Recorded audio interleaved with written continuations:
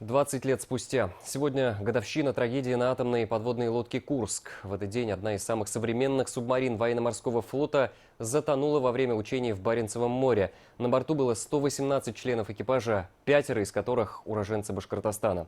Сегодня в разных районах республики прошли памятные мероприятия. Наш корреспондент Артур Шамсудинов пообщался с моряками и родственниками погибших. Насосы не работают, что ли? Людей наверх. Эту трагедию называют самой страшной в истории современного российского флота. Затем, как спасают затонувшую подлодку, наблюдал весь мир. И до последнего родственники моряков надеялись, членов экипажа удастся спасти. Но напрасно. Все 118 подводников, включая 5 уроженцев Башкортостана, погибли. Он там со всеми встречался и рассказывал, что последний поход идет. Такое ощущение, как будто прощался.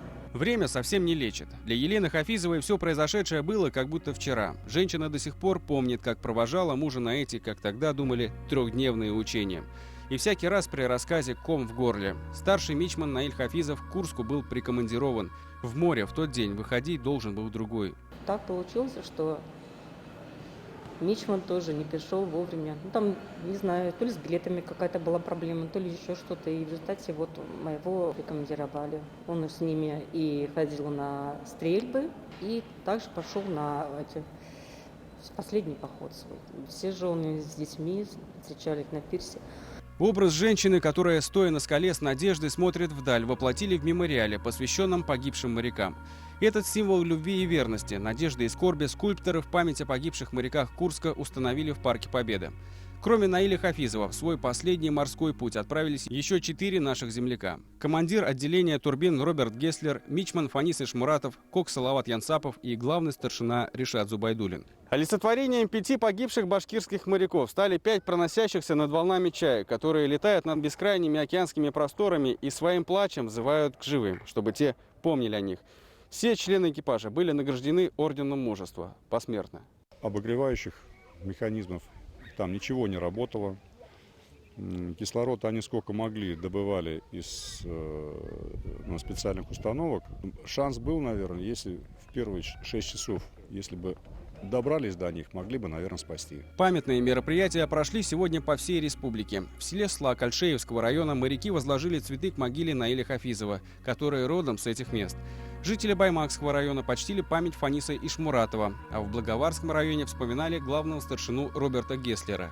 Его тело одним из первых доставили на родину. Писал письма постоянно нам. Что он писал в письмах? Он писал, что служба идет нормально. Он не жаловался, не любил жаловаться. Вокруг гибели подлодки Курска до сих пор множество теорий. Впрочем, по официальной версии, причиной затопления стал взрыв торпеды в первом отсеке.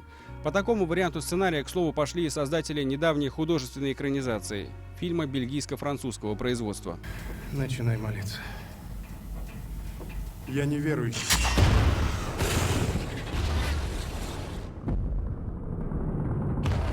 Часть моряков после взрыва закрылись в 9-м отсеке, где до последнего боролись за жизнь.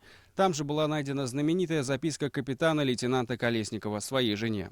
Единственное обнаруженное послание экипажа.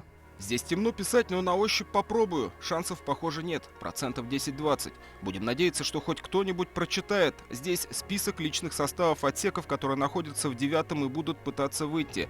Всем привет. Отчаиваться не надо. Колесников.